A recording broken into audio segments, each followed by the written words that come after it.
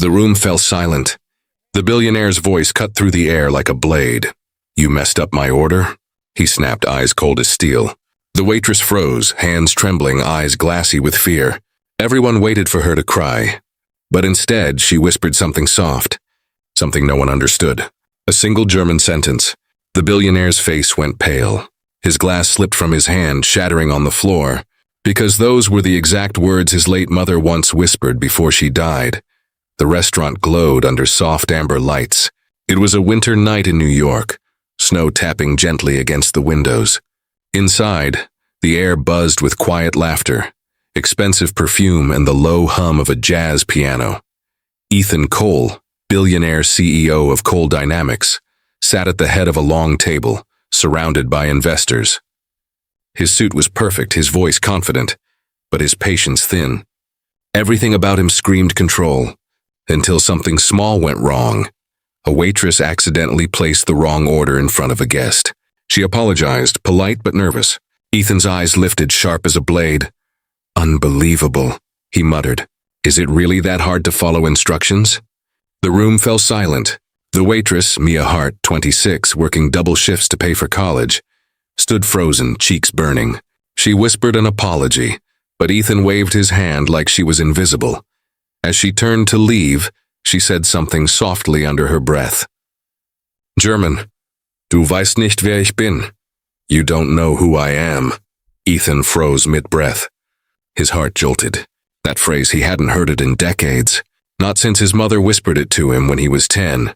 For the first time that night, Ethan Cole didn't know what to say. The investors laughed off the awkward silence, but Ethan barely heard them. Those words haunted his mind. How could that waitress know them? After dinner, he found himself standing by the frosted window, watching snow fall over the streetlights. Nathan, his CFO and closest friend, approached quietly. "You good, man? You zoned out back there." She said something. In German, Ethan muttered. "The exact words my mother used to tell me." Nathan frowned. "You sure?" Ethan nodded. Exactly the same. Same tone, same warmth. Nathan tried to lighten it. Maybe it's just a coincidence. But Ethan wasn't listening. Inside his mind, he was back in a small Kansas house where his German-American mother tucked him in every night. "Du weißt nicht, wer du sein wirst," she would whisper. "You don't know who you'll become." He remembered her gentle smile, her hands smelling faintly of bread and soap. And then her sudden illness. The hospital. The nurse with the soft accent who stayed with her till the end. Could it be? He turned, scanning the room, but Mia was gone. In the small back room, Mia sat alone on a stool, tears streaking her face. Her hands trembled as she pulled out her phone. "Oma," she whispered when her grandmother answered. "I messed up again. I said something in German." Her grandmother chuckled softly through the speaker. "Mia, never be ashamed of your roots. Kindness doesn't need translation." "I know," Mia said, voice shaking. "But the man I served? He looked so angry. And when I said it, he looked scared." Her grandmother's tone softened. "What did you say?" "Du weißt nicht, wer ich bin." A long pause. Then, "Child." Those words are special. I used to say them to a little boy once when I was a nurse. His mother was dying. That boy's name was Ethan.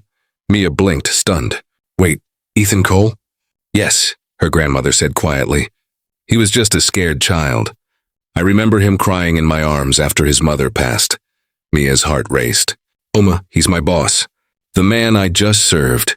Silence filled the room, broken only by the sound of soft rain outside. Ethan couldn't sleep that night. Every tick of the clock brought back a memory. The smell of hospital disinfectant, the sound of his mother's laugh, the German lullaby that nurse used to hum. He pulled out an old photo album. There she was, his mother, smiling weakly in a hospital bed. And next to her, a young nurse wearing a small silver cross. On the back, in faded ink, "Greta Hart, our angel, Mia Hart." He felt his chest tighten. That waitress was Greta's granddaughter. The next morning, Ethan drove back to the restaurant. The staff stared in shock. Billionaires didn't come back for waitresses. He asked quietly, "Is Mia working today?" The manager hesitated. "She called in sick, sir."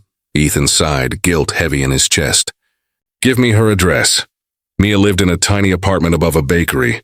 When she opened the door and saw him, her eyes went wide. "Mr. Cole?" She stammered. I wanted to apologize," he said softly.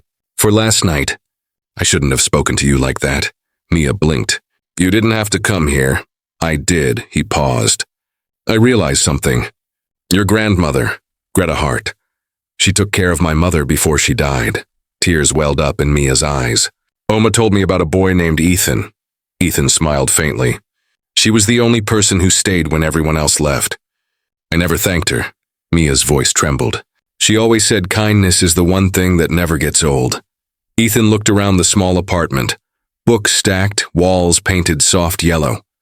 "She was right," he whispered. A few days later, Ethan returned to the restaurant, but not as a CEO. He stood before the staff, nervous for the first time in years. "I owe someone here an apology," he began. "Mia Hart, you reminded me of something my success made me forget. Humanity." He handed her a letter. Inside was a full scholarship to the culinary institute she'd dreamed of attending. Gasps filled the room.